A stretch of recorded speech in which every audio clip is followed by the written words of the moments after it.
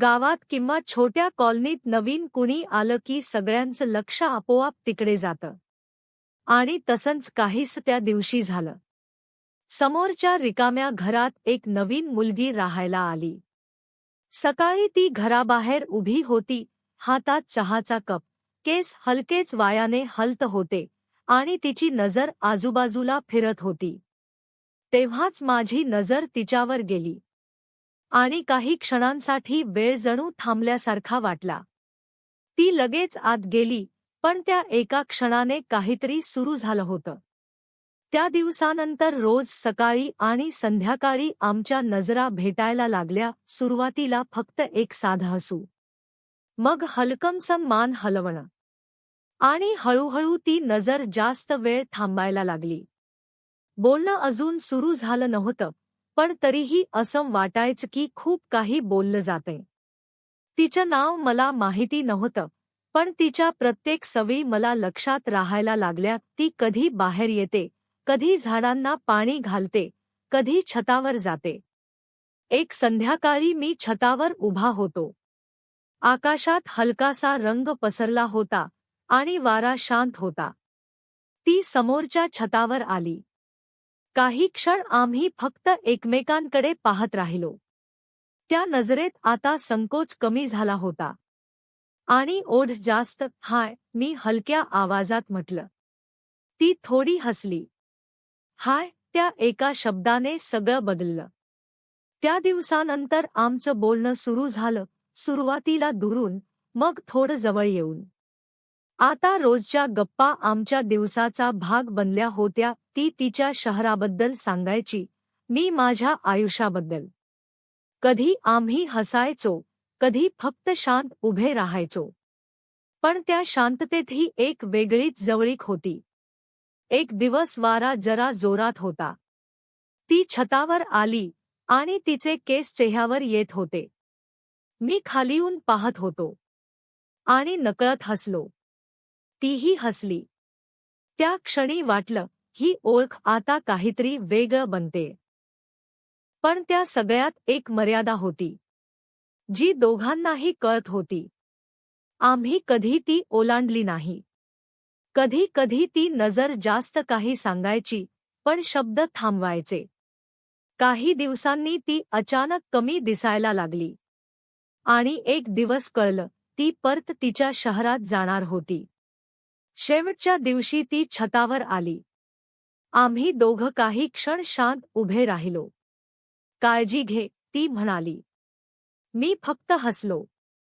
शब्द नव्हते, पण भावना खूप होत्या. ती निघून गेली. आजही समोरचं घर तसंच आहे, पण त्या खिडकीत आता कोणी उभं नसतं. आणि कधी कधी वाटतं, काही नाती अशी असतात, जी फक्त नजरेतून सुरू होतात आणि नजरेतच संपतात, पण मनात कायम राहतात. समोरच्या घरात ती आली आणि माझं रोजचं आयुष्य नकळत बदललं. पहिल्यांदा पाहिलं तेव्हा ती गॅलरीत उभी होती, हातात मोबाईल, पण नजर कुठेतरी हरवलेली. मी खाली उभा होतो आणि कळत नकळत माझी नजर तिच्यावरच थांबली. काही क्षणांनी तिने माझ्याकडे पाहिलं आणि हलकंसं हसली. त्या छोट्याशा हसण्याने सगळं सुरू झालं.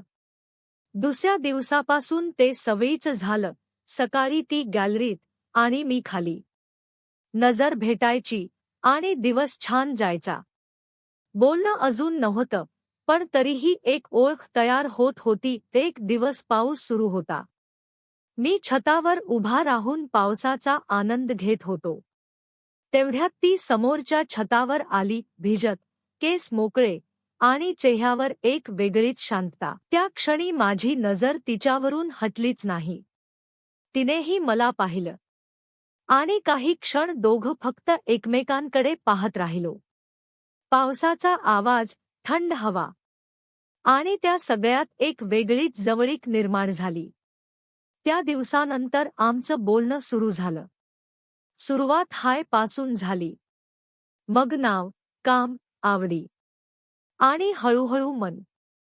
ती हसायची तेव्हा माझं लक्ष तिथेच अडकून राहायचं. कधी कधी आम्ही इतके जवळ उभे असायचो की शब्दांची गरजच पडत नव्हती. फक्त नजर आणि सगळं समजायचं. एक दिवस ती म्हणाली, आपण जरा जास्तच बोलतोय ना. मी हसलो, पण आतून कळत होतं, हे फक्त बोलणं राहिलेलं नाही. पण काही गोष्टी आपण थांबवू शकत नाही आणि काही गोष्टी पुढे नेऊही शकत नाही. काही दिवसांनी ती कमी दिसायला लागली. आणि एक दिवस कळलं, ती परत जाणार आहे. शेवटच्या दिवशी ती गॅलरीत उभी होती. मी खाली उभा राहून तिच्याकडे पाहत होतो. बाय, ती हलक्या आवाजात म्हणाली. मी काही बोललो नाही. फक्त हसलो. ती निघून गेली. पण तिची ती नजर अजूनही तिथेच आहे. आता समोरचं घर तसंच आहे, पण त्या गॅलरीत उभं राहून कोणी माझ्याकडे पाहत नाही. आणि कधी कधी वाटतं, काही नाती ही शब्दांमध्ये नसतात. ती फक्त नजरेत तयार होतात आणि आठवणीत कायम राहतात.